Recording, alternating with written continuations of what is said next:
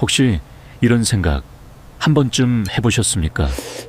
나는 튀김도 줄이고 인스턴트도 덜 먹고 나름대로 몸에 좋은 음식만 챙긴다고 믿는데도 왜 아침이면 몸이 무겁고 소변이 개운하지 않을까? 두부도 먹고 나물도 먹고 과일도 챙기는데 왜 검사표의 신장 수치는 오히려 불안하게 느껴질까? 그리고 가장 답답한 질문 하나. 좋은 음식까지 조심해야 한다면 도대체 뭘 먹어야 하느냐는 것입니다. 오늘 이야기는 바로 그 오해에서 시작합니다. 많은 분이 콩팥을 해치는 음식은 늘 짜고 자극적인 음식이라고만 생각합니다.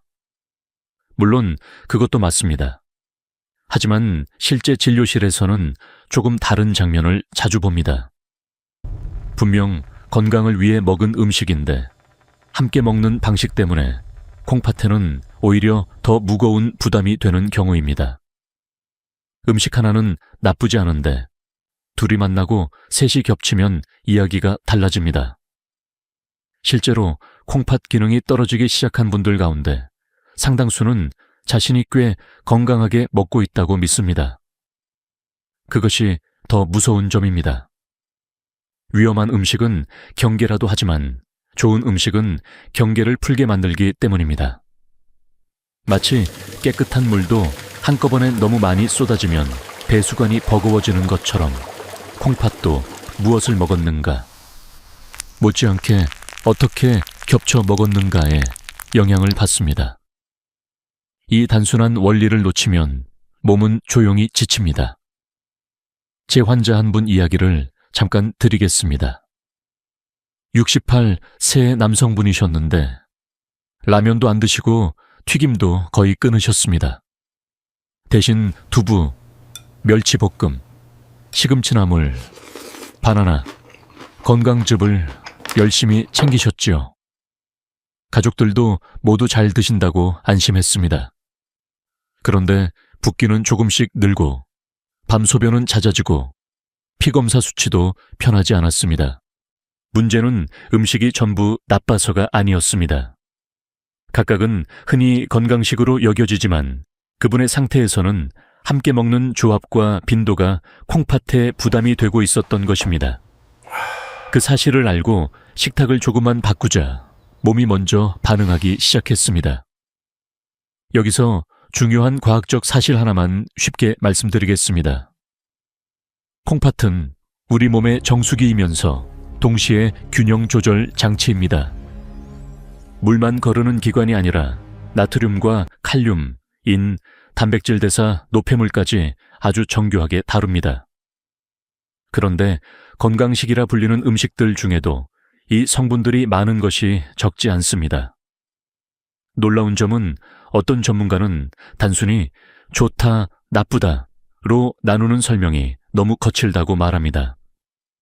음식의 절대 선악보다 현재 신장 상태, 약 복용 여부, 그리고 식사 조합이 더 중요하다는 것이죠. 바로 이 지점에서 많은 분이 처음으로 안도의 숨을 쉽니다. 무조건 겁낼 필요는 없다는 뜻이니까요. 그렇다면 왜 어떤 조합은 독처럼 느껴질 만큼 부담이 될까요? 그리고 반대로 같은 음식도 어떻게 바꾸면 훨씬 안전해질까요? 끝까지 함께 하시면 제가 뒤에서 꼭 알려드릴 3가지 위험한 조합, 그리고 많은 분이 놓치는 공통 실수까지 차례로 풀어드리겠습니다. 이제 다음 이야기에서는 평범한 밥상 위에서 어떻게 콩팥을 지치게 하는 조합이 만들어지는지 가장 익숙한 반찬부터 하나씩 들여다보겠습니다. 이제 식탁을 조금 더 가까이 보겠습니다. 많은 분은 위험한 음식이라고 하면 젓갈, 국물, 가공식품부터 떠올리십니다. 그런데 실제로는 너무 익숙해서 경계하지 않는 조합이 콩팥을 더 조용히 지치게 할 수 있습니다. 특히 60세 이후에는 몸이 예전처럼 빨리 균형을 되돌리지 못해 평범한 한 끼의 부담이 오래 남습니다. 예를 들어 아침에 두부 반찬을 드시고 멸치볶음을 곁들이고 나물도 챙기고 후식으로 바나나나 토마토를 드시는 경우가 있습니다. 겉으로 보면 아주 건강한 식사처럼 보입니다. 실제로 각각만 보면 장점이 있는 음식들입니다.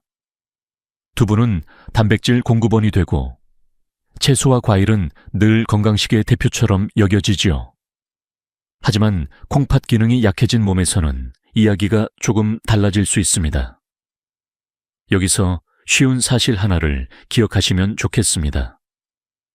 칼륨, 인, 나트륨, 단백질 대사 뒤에 남는 노폐물은 모두 콩팥에 손을 거칩니다.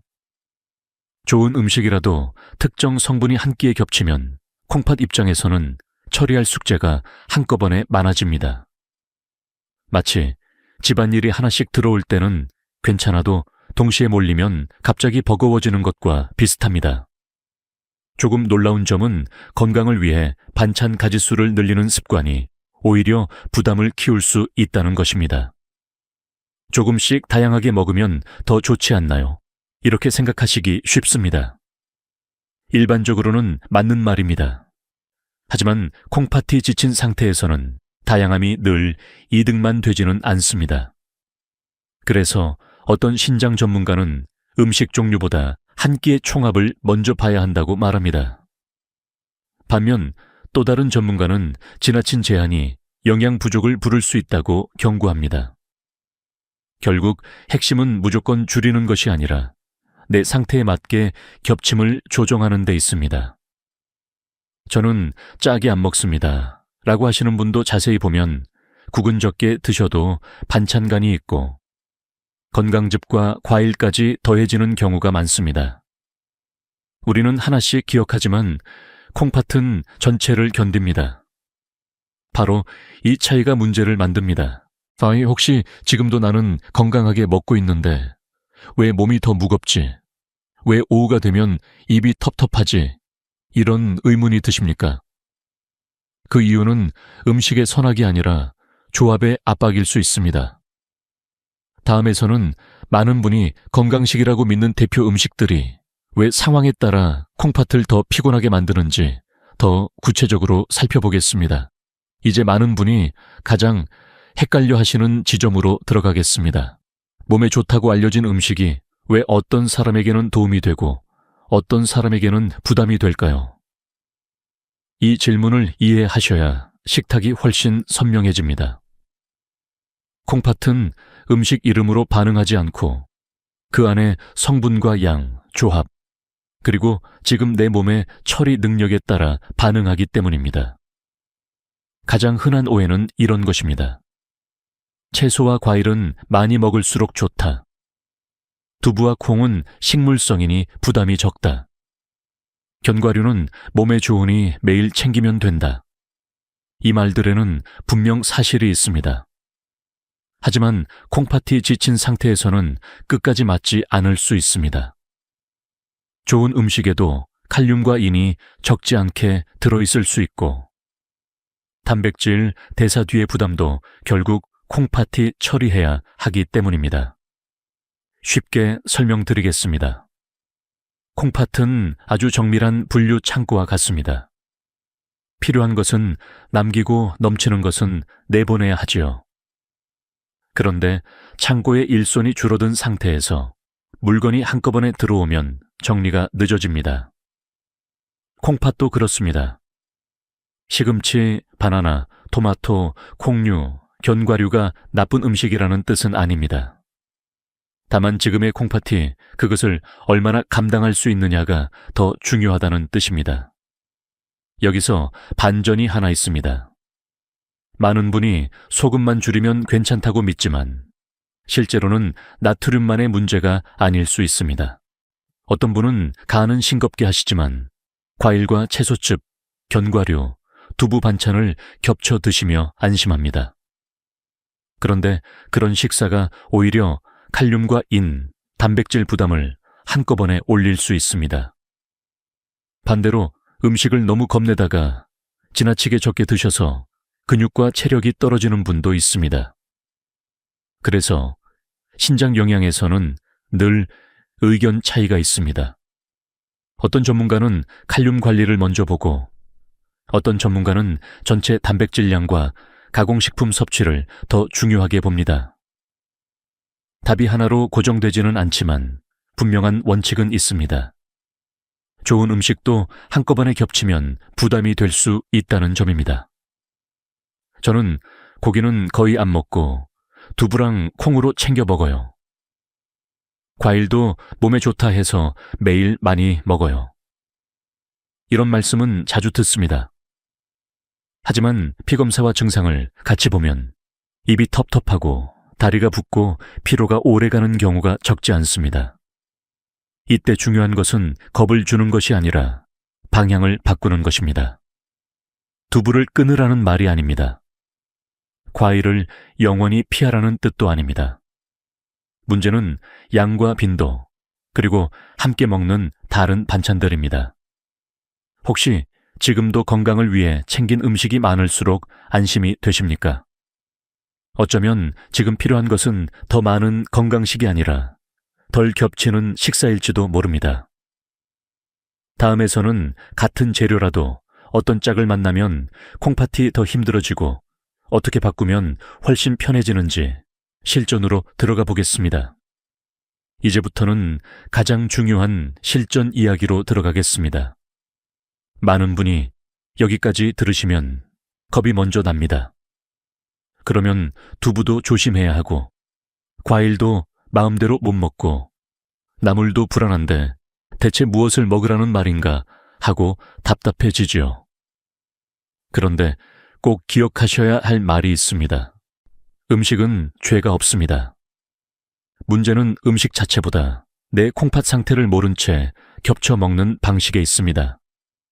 실제로 콩팥 건강을 걱정하는 분들은 크게 두 가지로 나뉩니다. 한쪽은 건강식이니까 괜찮겠지 하며 너무 안심하는 분들입니다. 다른 한쪽은 이것도 안 된다, 저것도 안 된다 하며 지나치게 식사를 빈약하게 만드는 분들입니다. 둘 다 조심해야 합니다. 전자는 조용한 과부하를 만들고 후자는 근육과 체력을 먼저 잃게 만듭니다. 특히 60세 이후에는 잘못된 제한이 몸 전체를 더 약하게 만들 수 있습니다. 여기서 쉬운 과학적 사실 하나를 말씀드리겠습니다. 콩팥이 힘들어하는 것은 음식 이름이 아니라 처리해야 할 총량입니다.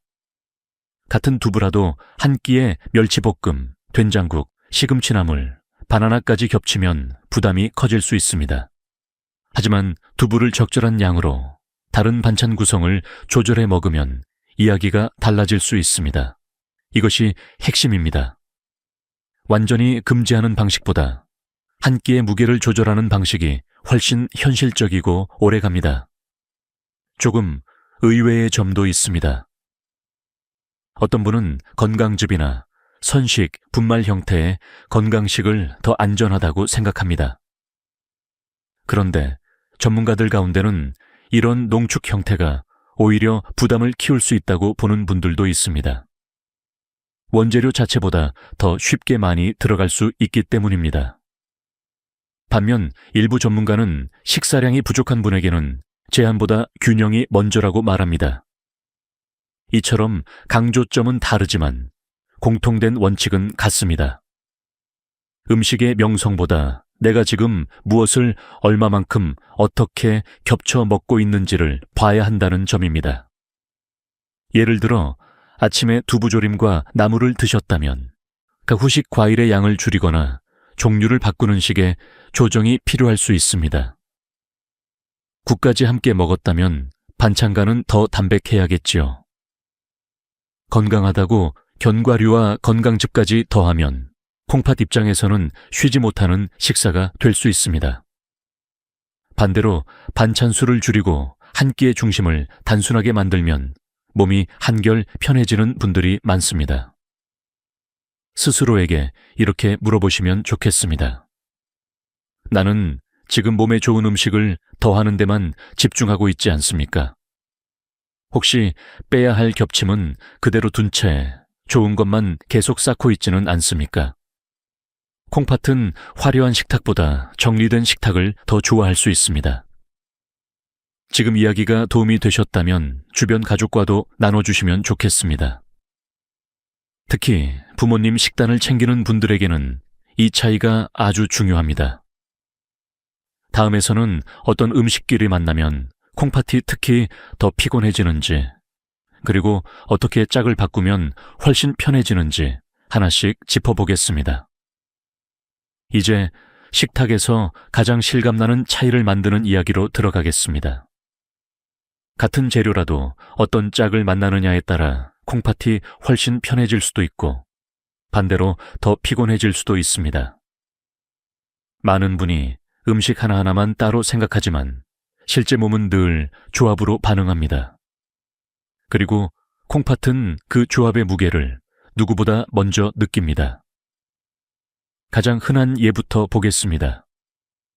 두부는 흔히 부담이 적은 건강식으로 여겨집니다. 실제로 적절한 양의 두부는 좋은 재료가 될 수 있습니다. 그런데 여기에 멸치볶음이 더해지고 된장국이 따라오고 시금치나물까지 곁들여지면 이야기가 달라질 수 있습니다. 각각은 익숙한 반찬이지만 콩팥 기능이 약해진 분에게는 나트륨, 칼륨, 인, 단백질 대사 부담이 한 끼에 겹쳐 들어올 수 있습니다. 문제는 어느 하나가 악당이라서가 아닙니다. 한 끼의 총합이 조용히 무거워지는 것입니다. 여기서 쉬운 과학적 사실 하나를 기억하시면 좋겠습니다. 콩팥은 한 번에 들어온 전체 부담을 나눠 처리합니다. 그래서 같은 양의 영양도 여러 끼에 나누면 덜 힘들 수 있고 한 끼에 몰리면 더 버거울 수 있습니다. 마치 계단을 천천히 오를 때와 한 번에 뛰어오를 때 숨이 다른 것처럼 말입니다. 조금 의외의 예도 있습니다. 과일은 건강의 상징처럼 여겨지지만 식사 후 곧바로 바나나나 토마토 같은 후식을 습관처럼 붙이는 분들이 있습니다. 특히 이미 반찬으로 채소와 콩류를 충분히 드신 뒤라면 후식 과일까지 더해지는 순간 콩팥 입장에서는 처리해야 할 성분이 겹칠 수 있습니다. 어떤 전문가는 이런 경우 과일 자체보다 양과 타이밍을 먼저 보라고 말합니다. 반면 다른 전문가는 신장 기능 수치에 따라 더 엄격한 조정이 필요하다고 봅니다. 이처럼 의견 차이는 있지만 좋은 음식도 좋은 타이밍과 좋은 양을 벗어나면 부담이 될 수 있다는 점은 같습니다. 반대로 살리는 짝도 있습니다.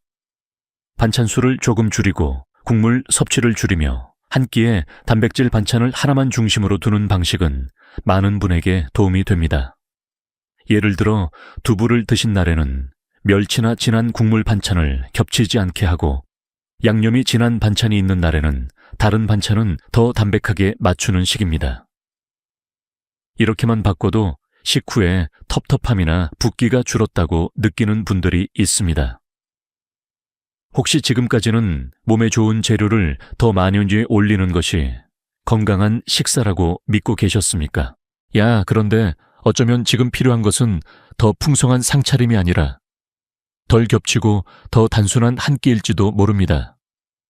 콩팥은 풍요보다 균형을 더 좋아합니다. 기억하시죠? 음식은 죄가 없습니다. 짝이 문제일 수 있습니다. 그래서 식탁을 바꾸는 일은 참는 일이 아니라 다시 짝을 맞추는 일에 가깝습니다. 다음에서는 같은 재료를 먹어도 씻는 법, 데치는 법, 간 맞추는 습관 같은 조리 차이가 왜 결과를 바꾸는지 살펴보겠습니다. 이제부터는 많은 분이 가장 쉽게 놓치지만 실제로는 결과를 크게 바꾸는 부엌의 습관을 이야기해 보겠습니다. 음식이 같아도 준비하는 방식이 다르면 콩팥이 받는 부담은 꽤 달라질 수 있습니다. 많은 분은 무엇을 먹느냐는 따지지만 어떻게 만들고 어떻게 올리느냐는 대수롭지 않게 넘깁니다. 그런데 그 사소한 차이가 콩팥에게는 큰 차이로 남습니다. 가장 먼저 떠올려 볼 것은 간입니다. 저는 짝이 안 먹어요 라고 말씀하는 분들도 자세히 보면 된장, 간장, 액젓, 조미료가 여러 반찬에 조금씩 들어가 있는 경우가 많습니다. 한 가지 반찬은 심하지 않아도 국과 찌개와 무침과 볶음이 함께 올라오면 콩팥은 그 전체를 감당해야 합니다. 여기서 쉬운 과학적 사실 하나가 있습니다. 나트륨은 물 균형과 혈압에 영향을 주고 콩팥은 그 균형을 맞추기 위해 더 열심히 일해야 합니다. 그래서 간이 센 음식 하나보다 은근한 간이 여러 번 겹치는 식탁이 더 무서울 때가 있습니다. 조금 놀라운 부분도 있습니다. 많은 분이 국물은 조금만 먹었으니 괜찮다고 생각합니다. 그런데 국물 자체보다 국물이 식탁 전체의 간을 끌어올리는 경우가 있습니다. 국이 있으면 김치나 장아찌 같은 반찬도 자연스럽게 따라오기 때문입니다. 그래서 어떤 전문가는 국물의 양보다 국물 중심 식사의 구조를 먼저 바꿔야 한다고 말합니다. 반면 다른 전문가는 너무 급격한 저염 식사가 식욕을 떨어뜨릴 수 있다고 조심스럽게 봅니다. 결국 중요한 것은 극단이 아니라 겹치는 간을 줄이는 조정입니다. 조리법도 생각보다 중요합니다. 같은 채소라도 데치고 물을 버리느냐, 볶아서 양념을 진하게 하느냐에 따라 몸이 받는 느낌이 달라질 수 있습니다. 같은 두부라도 진한 양념에 졸이느냐, 담백하게 익히느냐에 따라 한 끼의 무게가 달라집니다. 나물도 여러 가지를 한 접시씩 올리면 건강해 보이지만 실제로는 양념과 성분이 겹치며 더 복잡한 식사가 되기도 합니다. 그래서 콩팥이 지친 분일수록 화려한 상차림보다 단순한 상차림이 도움이 되는 경우가 많습니다. 여기서 한번 스스로 물어보시면 좋겠습니다. 나는 재료를 좋은 것으로 바꾸는 데는 신경 쓰면서 정작 간과 조리 순서와 반찬 수는 그대로 두고 있지 않습니까? 혹시 건강을 위한 요리가 아니라 건강해 보이는 요리에 더 익숙해져 있지는 않습니까? 실제로 많은 분이 부엌에서 작은 변화만 줘도 몸의 반응이 달라졌다고 말씀하십니다. 반찬 수를 줄이고 국물량을 줄이고 양념을 한 단계만 덜어내도 오후에 붓기나 텁텁함이 누그러졌다고 느끼는 분들이 있습니다. 대단한 비법은 아닙니다. 하지만 콩팥은 그런 평범한 차이에 아주 민감합니다. 기억하시죠? 살리는 짝과 지치게 하는 짝이 식탁에만 있는 것이 아니라 부엌의 방식에도 있습니다. 다음에서는 이렇게 바뀐 식탁이 왜 우리 몸과 마음에 안도감을 주는지, 그리고 왜 완벽함보다 오래가는 작은 변화가 더 중요한지 정리해 보겠습니다. 여기까지 함께 오시면서 아마 이런 느낌이 드실 수 있습니다. 결국 콩팥을 지키는 식사는 특별한 약식이 아니라 겹치지 않게 정리하는 식사에 가깝구나. 맞습니다. 그리고 바로 그 지점에서 마음이 조금 가벼워지셔야 합니다. 많은 분이 건강을 지키려면 무언가를 더 사야 하고, 더 챙겨 먹어야 하고, 더 엄격해져야 한다고 생각하기 때문입니다. 하지만 콩팥은 때로 더하는 식탁보다 덜 복잡한 식탁에서 훨씬 큰 안정을 찾습니다. 우리가 지금까지 본 것을 천천히 묶어보겠습니다. 좋은 음식도 함께 먹는 방식이 잘못되면 부담이 될 수 있었습니다. 건강식처럼 보이는 반찬 조합도 함께 성분이 겹치면 조용한 과부하를 만들 수 있었습니다. 같은 재료라도 조리법과 간의 겹침에 따라 몸의 반응이 달라질 수 있었습니다. 결국 하나의 원칙으로 모입니다. 콩팥은 화려한 식탁보다 예측 가능한 식탁을 더 편안해 한다는 것입니다. 여기서 쉬운 과학적 사실 하나를 다시 붙잡고 가겠습니다. 콩팥은 남는 수분과 노폐물, 전해질 균형을 섬세하게 조절하는 기관입니다. 이 말은 곧 갑작스러운 과잉과 반복되는 겹침을 싫어한다는 뜻이기도 합니다. 그래서 오늘 조금 싱겁게 먹었다고 내일 진하게 먹고 평일에 조심했다가 주말에 건강식을 겹쳐 먹는 방식은 몸을 더 혼란스럽게 만들 수 있습니다. 놀랍게도 몸은 완벽한 식사보다 일정한 식사에 더 잘 적응합니다.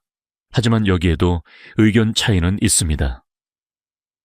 어떤 전문가는 초기 신장 부담이 있을수록 더 적극적인 식이 조절이 필요하다고 말합니다. 반면 어떤 전문가는 지나친 두려움이 식사 자체를 망가뜨려 쇠약과 무기력을 부를 수 있다고 경고합니다. 두 말 모두 일리가 있습니다. 그래서 중요한 것은 무조건 엄격해지는 것이 아니라 내 몸의 반응을 보면서 오래 갈 수 있는 선을 찾는 일입니다. 가끔 이런 말씀을 드리면 어떤 분은 조용히 고개를 끄덕이십니다. 이제야 좀 알 것 같습니다. 저는 좋은 걸 더하면 건강해지는 줄만 알았습니다. 바로 그 깨달음이 중요합니다. 건강은 더하기의 경쟁이 아닙니다. 특히 60세 이후의 몸은 무작정 채워넣는 방식보다 잘 겹치지 않게 비워주는 방식에서 더 큰 편안함을 느낄 때가 많습니다. 그것은 포기가 아니라 지혜입니다. 혹시 지금도 머릿속에 이런 질문이 남아 있으십니까? 그러면 앞으로 뭘 먹어야 할까? 내 식탁은 어디서부터 바꿔야 할까? 정답을 너무 크게 잡지 않으셔도 됩니다. 오늘 한 끼에서 반찬 하나를 덜 겹치게 하고 국물 한 숟갈을 덜고 건강식이라는 이유로 무심코 더하던 것을 한번 멈춰보는 것. 바로 거기서 시작하시면 됩니다. 여기까지 내용이 도움이 되셨다면 좋아요와 공유로 함께해 주셔도 좋겠습니다. 특히 부모님 식단을 챙기거나 검사 수치 때문에 걱정하던 분들에게 오늘 이야기는 꽤 현실적인 출발점이 될 수 있습니다. 이제 마지막 이야기에서는 완벽한 식탁이 아니라 오래가는 식탁으로 바꾸기 위해 무엇을 붙잡아야 하는지 차분히 마무리하겠습니다. 이제 마지막으로 오늘 이야기를 조용하고 따뜻하게 정리해 보겠습니다.